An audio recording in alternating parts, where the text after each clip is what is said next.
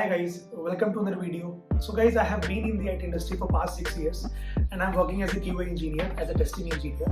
और मुझे अपने एक्सपीरियंसेस को शेयर करना काफ़ी अच्छा लगता है क्योंकि जब मैं एक फ्रेशर था तो मुझे बिल्कुल भी आइडिया नहीं था कि कैसे मुझे IT इंडस्ट्री में अपने आप को प्लेस करना है, कैसे इस इंडस्ट्री में अपने आप को मतलब स्टेबल करना है और आगे बढ़ना है। और मुझे ऐसा लगता है कि बहुत से लोगों को ये मतलब डाउट रहता है कि कैसे एक सर्टेन करियर रोल में अपने आप को आगे लेकर जाए। तो I am a testing engineer, I am a QA engineer, तो मुझे बहुत अच्छे से पता है कि कैसे एज ए टेस्टर आप अच्छा कर सकते हैं। और मैंने बहुत सारे वीडियोस बनाए भी हैं। Actually I am very active on Quora and LinkedIn और मैं काफ़ी मतलब आंसर्स और पोस्ट काफ़ी जो फ्रिक्वेंटली लिखते रहता हूँ और जो भी मेरा एक्सपीरियंस उनको शेयर करता रहता हूँ। और कुछ वीडियोस मैंने यूट्यूब पे बनाए भी हैं जहाँ पे मैंने डिस्कस किया है कि कैसे मैंने सर्विस बेस्ड से प्रोडक्ट बेस्ड कंपनी में स्विच किया और कैसे आप एक अच्छी salary as a testing engineer, as a QA engineer पा सकते हैं। बट इसके अलावा भी यार मतलब बहुत से ऐसे क्वेश्चंस मुझे आते हैं जिसके आंसर्स मैंने आई गेस कभी डिस्कस नहीं किए हैं किसी वीडियो में। तो मैंने सोचा कि मैं इस वीडियो को बनाता हूँ और सारे वो क्वेश्चन जो मुझे लोग पूछते हैं उनको मैं इस वीडियो में आंसर करता हूँ। तो सबसे पहली चीज़ मतलब जब भी मैं किसी फ्रेशर से बात करता हूँ टेस्टिंग को लेकर उनको कॉन्फिडेंस नहीं है। उनको लगता है कि यार ये जो टेस्टिंग है ना ये अच्छी नहीं है, इसमें उतना मतलब पैसा नहीं है, उतना ग्रोथ नहीं है और इसमें कुछ करने को, कुछ सीखने को नहीं है। बट ऐसा नहीं है यार, देखो टेस्टिंग बहुत ही इंपॉर्टेंट प्रोसेस है किसी भी कंपनी का, चाहे वो एक स्टार्टअप हो, चाहे वो एक प्रोडक्ट बेस्ड कंपनी हो, चाहे वो सर्विस बेस्ड कंपनी हो। अगर आप कोई भी प्रोडक्ट बना रहे हो और मार्केट में लॉन्च कर रहे हो तो यार जो डेवलपर होता है ना उसको सिर्फ ये इंस्ट्रक्शन दिए जाते हैं कि यार ऐसा दिखना चाहिए, ऐसा चलना चाहिए।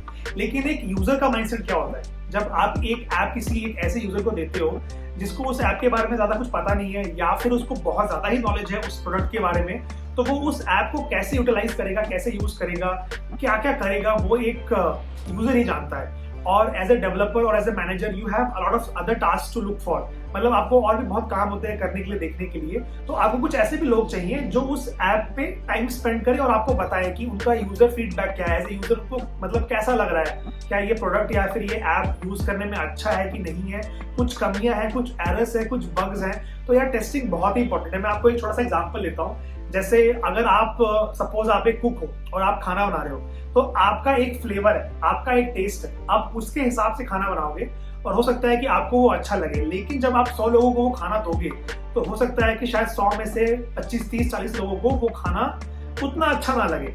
शायद किसी को जो मिर्च है वो ज्यादा लगे, किसी को नमक ज्यादा लगे, या किसी को मसाले ज्यादा लगे, या फिर किसी को देखने में अच्छा ना लगे।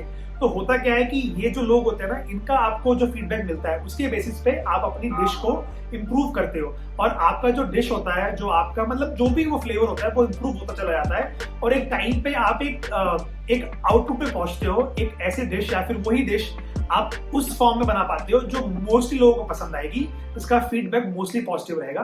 वैसे ही ये एक सॉफ्टवेयर इंडस्ट्री है कि जो डेवलपर है, मैनेजर्स हैं, वो बनाते हैं प्रोडक्ट को, बट उनको ये नहीं पता कि यार इसमें और कुछ कमियां हैं कि नहीं है, क्या जो यूजर का जो एक्सपीरियंस है, मतलब ऐसा तो नहीं है कि जो यूजर है वो मतलब ऐप को यूज करने में कंफ्यूज हो रहा है या फिर कुछ ऐसे इश्यूज है जो छिपे हुए हैं, जो कि ज्यादा जब आप ऐप यूज करोगे या अपने प्रोडक्ट को ज्यादा एक्सप्लोर करोगे तब आपको मिलेंगे। तो इसीलिए यार टेस्टिंग बहुत ही कोर है, मतलब बहुत ही इंपॉर्टेंट है सॉफ्टवेयर इंडस्ट्री का। तो यार टेस्टिंग को आप हल्के में मत लीजिए। और कभी कभार टेस्टर एक ऐसा बग फाउंड कर लेता है जिसकी वजह से बहुत टाइम बचता है, बहुत पैसा बचता है कंपनी का, डेवलपर्स का, मैनेजर्स का। तो यार ऐसा नहीं है कि जो टेस्टिंग है वो मतलब इम्पोर्टेंट नहीं है। और जैसे कास्ट सिस्टम होता है कि हम अपर कास्ट है, लोअर कास्ट है, जो कि गलत है। तो ऐसा कुछ सॉफ्टवेयर इंडस्ट्री में नहीं है कि मतलब जो डेवलपर है वो अपर है और जो टेस्टर है वो लोअर है। सब एज ए टीम मिलकर काम करते हैं तभी हम एक अच्छा प्रोडक्ट डिलीवर कर पाते हैं। तो अगर आप टेस्टिंग में हैं तो प्लीज डोंट बी डीमोटिवेटेड। और इस वीडियो में मैं और भी चीजें डिस्कस करूंगा जो आई एम डैम श्योर कि आपको हेल्प करेगी समझने में कि कैसे एज ए टेस्टर आप लाइफ में अच्छा कर सकते हैं और एज ए करियर भी आप टेस्टिंग में अच्छा कर सकते हैं। तो यार सिंपल सी मैं एक बात बोलता हूँ कि जो एक डेवलपमेंट माइंडसेट होता है कि हाँ मतलब कोड लिखना है, कुछ डेवलप करना है, वो मतलब सबके पास नहीं होता है। मैं ये नहीं कह रहा हूँ कि ये इम्पॉसिबल है। अगर आप पढ़ोगे, मेहनत करोगे तो आप ऑब्वियसली सीख सकते हो।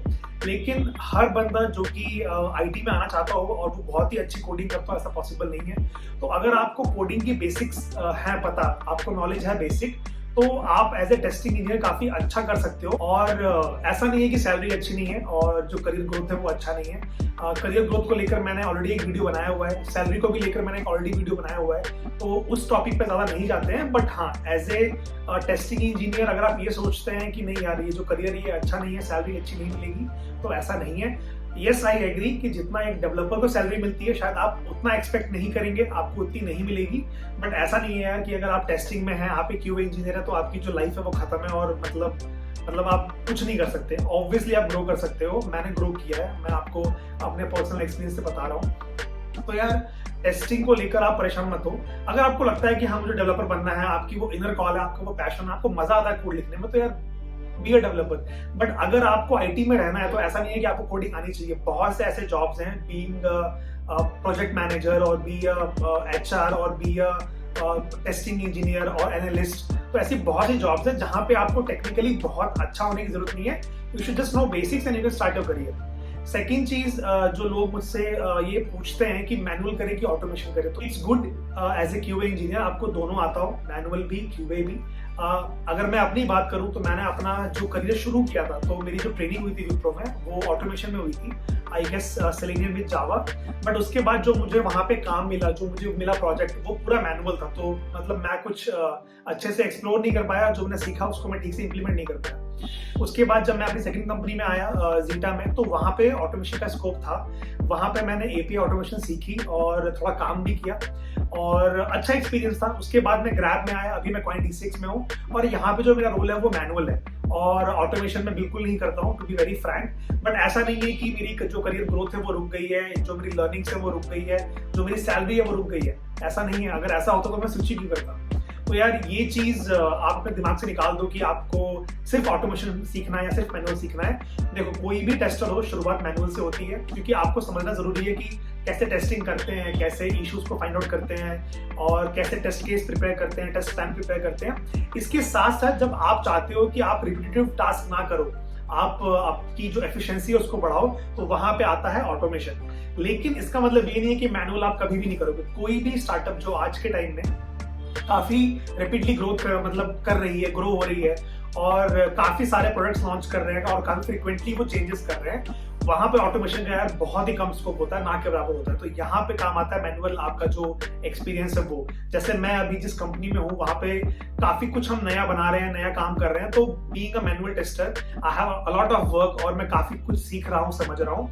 तो यार ये जो एक क्या बोलते हैं बहस है कि ऑटोमेशन अच्छा है कि मैनुअल अच्छा है, यार दोनों अच्छे हैं। अगर आपको दोनों आता है तो अच्छा है, बट अगर आप सिर्फ मैनुअल में भी हैं तो कोई बुराई नहीं है। मैं मैनुअल में था, कुछ टाइम के लिए मैंने ऑटोमेशन में काम किया और अभी फिर मैं मैनुअल में आ गया हूँ। बट ऐसा नहीं है कि आपको ऑटोमेशन नहीं सीखना चाहिए। जब भी मुझे समय मिलता है मैं कुछ ना कुछ एक्सप्लोर करता हूँ, ट्राई करता हूँ कि मैं एपीआई ऑटोमेशन के अलावा भी कुछ और सीखूं और ऑटोमेशन में भी अपना जो हैंड्स ऑन है वो रखूं, या एटलीस्ट बेसिक नॉलेज मुझे होगी, कभी मुझे काम करने को मिले या कभी मुझे ऐसा कुछ मौका मिले या मुझे कभी इंटरव्यू में पूछा जाए तो मैं मतलब एकदम नया ना हो। तो यार आप इसके चक्कर में मत पड़ो कि क्या करना है, मैनुअल या automation. Start with manual, slowly जैसे आपको कॉन्फिडेंस आए, learn automation. It's very good if you learn both the things, but मतलब इसमें मत पड़ो यार कि मैनुअल करना है कि ऑटोमेशन करना है। और अगर आप मैनुअल भी करते हो तो अपने आप को छोटा मत समझो, क्योंकि यार बहुत लोगों से मैं बात करता हूँ लिंक्डइन पे, कोरा पे, उनको लगता है कि टेस्टिंग में मतलब कोई ग्रोथ नहीं, कोई पैसा नहीं है और मैनुअल टेस्टिंग का कोई मतलब रेस्पेक्ट नहीं करता है। बट ऐसा नहीं है यार, मैं खुद करता हूँ और मुझे पता है कि ऐसा नहीं है।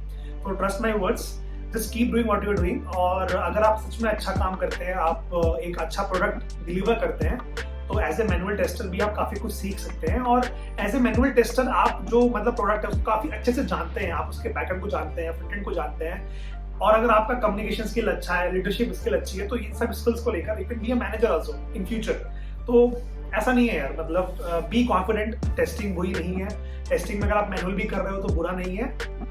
just find the right path, right project और right company, and even as a manual tester you can do really good in your life। अब बात आती है एक और चीज यहाँ पे कि हम क्या स्किल सीखें। तो यार देखो, ऑटोमेशन तो आप सीख ही रहे हो, सबको पता है कि ऑटोमेशन कितना इंपॉर्टेंट है और फ्यूचर में कितना काम आएगा। इसके अलावा भी ऐसे बहुत सारे मतलब बेसिक टूल्स हैं जो आप सीख सकते हो। तो जैसे अगर आपको एपीआई टेस्टिंग अभी बहुत डिमांड में है, तो अगर आप एपीआई टेस्टिंग कर रहे हो और या फिर सीखना चाहते हो, तो यार उसके बारे में पढ़ो। उसको लेकर एक टूल है पोस्टमैन, उसको एक्सप्लोर करो। इसके साथ साथ एज ए टेस्टर बहुत इंपॉर्टेंट है कि आप कैसे डीबग करते हो। तो डीबग करना मैनुअली भी पॉसिबल है, but you also need sometimes, मतलब आपको नेटवर्क कॉल्स देखनी होती है, हेल्प चाहिए होती है। तो बहुत सारे टूल्स हैं, जैसे बर्बसूट हो गया, फिर इसके अलावा फिडलर हो गया, चार्ल्स प्रॉक्सी हो गया, जिसमें मैं काम करता हूँ। तो इन सब टूल्स पे एक्सप्लोर करो। इसके साथ साथ फंक्शनल नॉन फंक्शनल टेस्टिंग क्या होती है, उस पर ध्यान दो। जो पॉजिटिव फ्लोज होते हैं वो टेस्ट करने बहुत ईजी हैं, बट एज केसेस क्या होते हैं, नेगेटिव सिनेरियोस कैसे टेस्ट करते हैं, नॉन फंक्शनल चीजों में क्या क्या इंपॉर्टेंट होता है, इन सब चीजों को आप समझो। तो एज ए टेस्टर भी बहुत कुछ सीखने को है। तो आप एपीआई टेस्टिंग पे काम करिए, फंक्शनल नॉन फंक्शनल टेस्टिंग पे काम करिए, और डीबगिंग टूल्स पे काम करिए, ऑटोमेशन पे काम करिए। और ऑटोमेशन में भी मैं आपको बोलूंगा यार कि स्टार्ट विद एपीआई, क्योंकि एपीआई को ऑटोमेट करना ईजी है। अगर आप मोबाइल ऑटोमेशन या वेब यूआई ऑटोमेशन में जाओगे तो वहां पे आपको थोड़ा सा मतलब टाइम लगेगा ग्रास्प करने में, थोड़ा सा सीखने में। तो मैं आपको एडवाइस करूंगा कि यार आप एपीआई ऑटोमेशन सीखो, जो कि कंपैरेटिवली बहुत इजी है। अगर आपको बेसिक आता है जावास्क्रिप्ट का तो आप सीख सकते हो, और मतलब आपको थोड़ा सा कॉन्फिडेंस आ जाए जब, तो उसके बाद आप ऑटोमेशन जो मतलब मोबाइल यूआई हो गया चाहे वेब यूआई हो गया, उसका आप सीख सकते हैं। फिर एक और क्वेश्चन मुझसे लोग काफी पूछते हैं कि कैसे हम रेज्यूमे बनाएं और कैसे हम अपने रेज्यूमे को अट्रैक्टिव बनाएं। तो देखो यार, कुछ चीजों को मैं फॉलो करता हूं खुद, और मैं आपको वो सेशंस दूंगा। आई होप आपको हेल्प करे। तो पहली चीज यार कि मेक श्योर कि आपका जो रेज्यूमे हो वो 2 पेज से ज्यादा का ना हो, क्योंकि यार कोई भी एचआर है या हायरिंग मैनेजर है, उसके पास बहुत काम है। उनको बहुत सारे प्रोफाइल्स मिलते हैं और उन प्रोफाइल्स को उनको मतलब शॉर्टलिस्ट करना होता है, और जो कि मतलब बहुत ही टायरिंग काम है यार। और किसी के पास इतना टाइम नहीं है कि वो 5-6 पेज का रेज्यूमे पढ़े और उसके बाद मतलब शॉर्टलिस्ट करे। तो वो फर्स्ट 1-2 पेज देखते हैं, उनको लगता है कि ये रेज्यूमे जो है, प्रोफाइल जो है अगर अट्रैक्टिव है तो वो उसको रख लेते हैं। तो यार प्रेशर हो तो ठीक है, you can mention your details of your may be college और योर स्कूल मार्क्स, बट एक बार अगर आप मतलब एक्सपीरियंस्ड हो चुके हो, आपको 2-3 साल का एक्सपीरियंस हो गया है, तो फोकस मोर ऑन योर मतलब जो प्रोजेक्ट का एक्सपीरियंस है, जो आपका टेक्नोलॉजी का एक्सपीरियंस है, उस पर आप ध्यान दो। और जो मतलब मैं देखता हूँ ना कि लोग अपने कॉलेज की, स्कूल की जो एक्स्ट्रा करिकुलर एक्टिविटीज हैं, अगर कुछ बहुत ही आउट ऑफ द बॉक्स है मेंशन इट, बट यार आई वोंट सजेस्ट कि आप 2 पेज से ज्यादा लंबा बनाओ। तो सिर्फ अपने बारे में बताओ। मेक श्योर कि जो आपका नाम हो, नंबर हो, और आपका जो ईमेल आईडी हो वो सबसे ऊपर हो, टॉप में या फर्स्ट पेज में हो। इसके साथ साथ जो आपका करंट कंपनी है, प्रोजेक्ट है, उस पर ज्यादा आप फोकस करो, क्योंकि उस पर क्वेश्चन पूछे जाएंगे जो आपकी पहली कंपनी थी उसके बारे में। और उसके बाद में आप बता सकते हैं कि मतलब आपकी कुछ अगर हॉबीज हैं या कुछ करिकुलर एक्टिविटीज हैं, but I will still say कि मेक श्योर कि आपका जो रेज्यूमे है वो 2 पेज से ज्यादा लंबा ना हो। इसके बाद लोग एक क्वेश्चन पूछते हैं कि रेज्यूमे बनाए कैसे। तो यार एक वेबसाइट है cvmkr.com, cvmaker.com, तो मैं उसको यूज करता हूँ। ये पेड भी है, फ्री भी है। अगर आप फ्री वर्जन यूज करते हो तो कुछ 6 या 7 फॉर्मेट है जो कि अच्छे फॉर्मेट्स हैं, आप एक्सप्लोर कर सकते हो। और अगर पेड सर्विस लेनी है तो आप वो भी ले सकते हो। मैंने कभी यूज नहीं किया, बट इट्स योर विश। तो उसका लिंक भी मैं डिस्क्रिप्शन में दे दूंगा। तो ये होगी रेज्यूमे की बात। अब इसके बाद अगर आपको लगता है कि हाँ, आपकी जो तैयारी है वो अच्छी हो गई है, रेज्यूमे अच्छा बन गया है, आपको कॉन्फिडेंस है अपने आप पर, तो अब स्विच कैसे करें। तो यार इसके लिए मैंने एक डिटेल वीडियो बनाई हुई है, ठीक है, कि कैसे प्रिपरेशन करनी है, कैसे इंटरव्यूज क्रैक करने हैं। तो उसका जो लिंक है मैं डिस्क्रिप्शन में दे दूंगा, तो आप उसको एक बार देख लीजिएगा। इसके बाद अगर आप ये जानना चाहते हैं कि जो सैलरी एक्सपेक्टेशन है वो कैसी होगी, और आप कितना मतलब पैकेज एक्सपेक्ट कर सकते हो as a software engineer in testing, चाहे आप फ्रेशर हो चाहे आप एक्सपीरियंस्ड हो, तो उसके लिए भी मैंने एक बहुत ही अच्छा डिटेल वीडियो बनाया हुआ है। उसका भी लिंक डिस्क्रिप्शन में होगा, आप देख लीजिए। और बात रही मेरी यार, तो यार जैसा आपने देखा होगा मैंने थंबनेल में और टाइटल में मेंशन किया है कि I have a salary of 6 digit. तो मतलब बहुत लोगों को लगेगा कि यार नहीं, झूठ बोल रहा है ये वो। तो मैं आपको एक सिंपल मैथ बताता हूँ। तो आई वाज इन विप्रो, मान लो मेरा पैकेज 3 और 4 लाख था स्टार्टिंग में, जो कि हर फ्रेशर का होता है विप्रो इन्फोसिस में, अगर आप किसी टायर 2 या टायर 3 कॉलेज से हो, ठीक है। अब अगर आप ध्यान से मैथ्स करो, अराउंड 30% हाइक आप एक्सपेक्ट कर सकते हो अगर आप स्विच करते हो। और मैंने तो स्विच किया स्टार्टअप और प्रोडक्ट बेस्ड कंपनीज में। तो अगर मेरा पैकेज स्टार्टिंग 4 लाख अराउंड था और मैं 3 स्विचेस कर चुका हूँ, और मुझे हर स्विच में अराउंड 30-40% हाइक मिला है, तो आप कैलकुलेशन कर लो।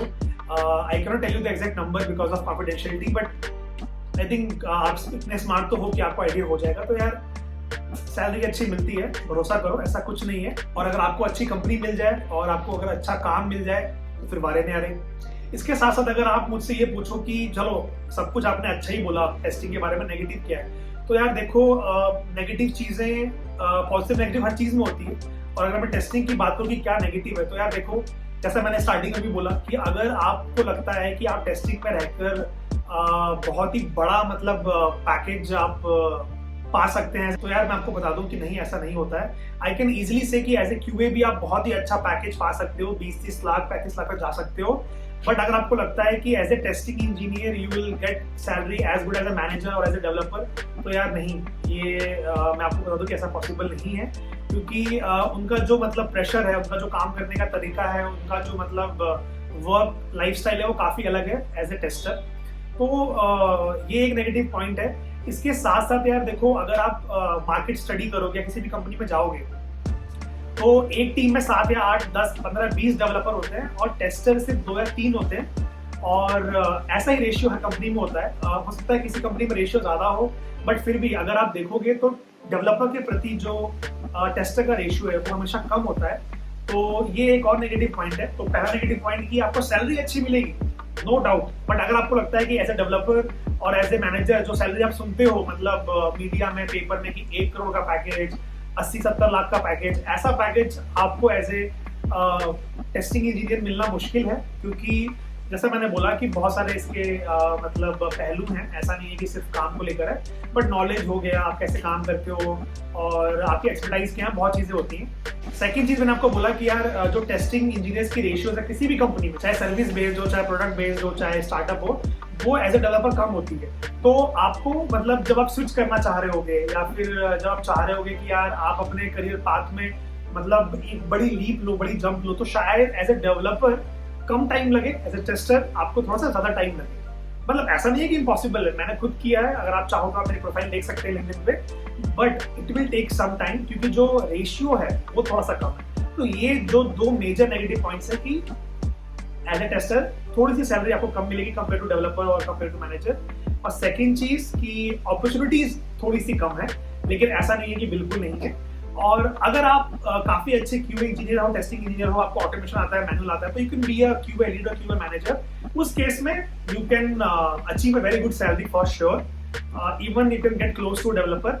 और अगर आप किसी कंपनी में मतलब आप किसी कंपनी में as a QA engineering manager अगर आप ज्वाइन करते हो या फिर आप बनते हो, तो यार बहुत ही अच्छी सैलरी मिलती है as a testing engineer as well.